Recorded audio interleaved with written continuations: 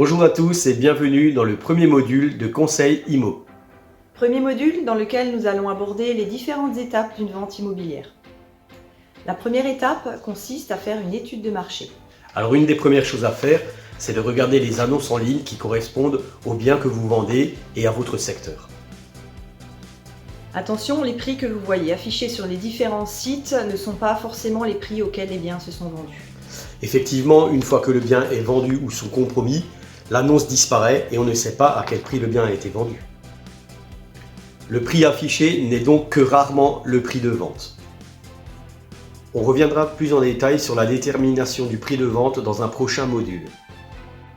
La deuxième étape essentielle est d'effectuer tous les diagnostics techniques. En effet, sans avoir le résultat de ces diagnostics, il est aussi difficile de déterminer précisément le prix de vente. Par exemple, une maison qui a une isolation extérieure qui contient de l'amiante sera plus difficile à vendre. En effet, le coût du désamiantage est élevé. Son prix devra donc être adapté, et il en est de même pour beaucoup d'autres points techniques. Il faut donc anticiper. On reviendra en détail sur les diagnostics techniques dans un prochain module.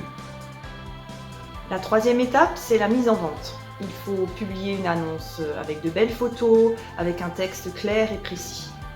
Effectivement, on voit bien trop souvent des photos sombres, mal cadrées, parfois sans aucun intérêt. Vous vendez une maison avec une piscine, c'est forcément un atout. Mais ça ne sert à rien de mettre 5 photos de la piscine et 2 de la maison. Les acquéreurs cherchent avant tout un endroit pour se loger. Évitez également les photos des couloirs étroits, des toilettes, des greniers, des caves. Utilisez aussi un appareil photo de bonne qualité avec un grand angle pour les photos intérieures. La plupart des smartphones font déjà de très belles photos.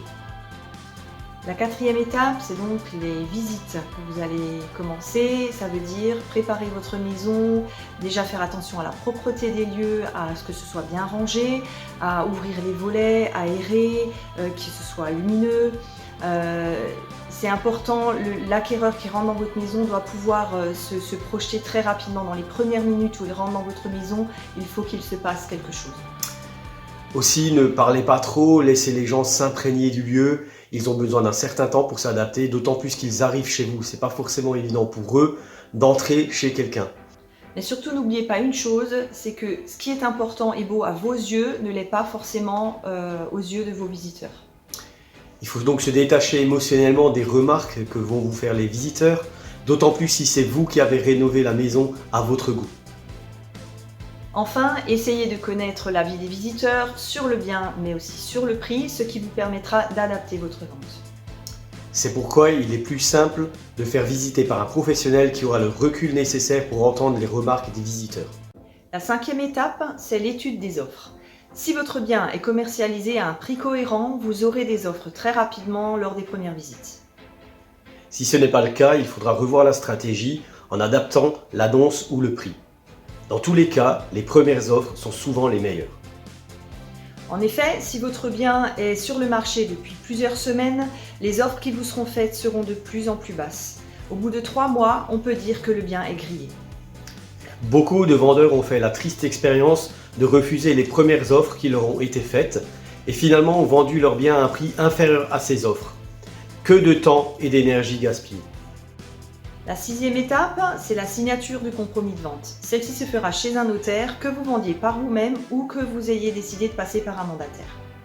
Il faudra fournir tous les documents nécessaires à la signature, comme par exemple le titre de propriété ou les diagnostics.